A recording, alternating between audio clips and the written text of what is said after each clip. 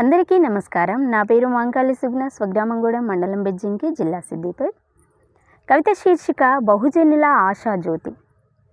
మానవుల్లో మహాజ్ఞాని, మహారాష్ట్రలో జన్మించిన జ్ఞానఖడ్గం, మహిలో వెలసిన శోభితుండు, గగనాన వెలుగుందే దివ్యపురుషుడు, భూమిపైన వెలిసిన శిఖరాగ్రగణుడు, భవిష్యత్తరాల ప్రతిరూపము, ప్రపంచంలో జ్ఞానోదయ కిరణాలను వెదజల్లిన మేధో సంపన్నుడు, భారత రాజ్యాంగ నిర్మాతగా, నవతరానికి భాగ్యరేఖగా, విశ్వమానవ విముక్తికై ఆలోచనలే అక్షరాయుధంగా మలిచి భారత రాజ్యాంగం రాసి సమాన హక్కులు కల్పించిన రూపశిల్పి, తన జాతి కోసం అహర్నిశలు పోరాడిన యోధుడు, అణగారిన ప్రజల బాధలకు చరమగీతం పాడేందుకు పునాదులు వేసి సమాజంలోని కుల వివక్షతను రూపుమాపేందుకు తన జీవితాన్ని త్యాగం చేసిన సమాజ సేవకుడు, అరాచకాల రథచక్రాల కింద నలిగిపోయిన జీవితాల వెలుగుకు దారులు వేసిన యుగస్ఫూర్తి, నిషేధిలో తాను దెవిటిలా రాజ్యాంగాన్ని చెక్కిన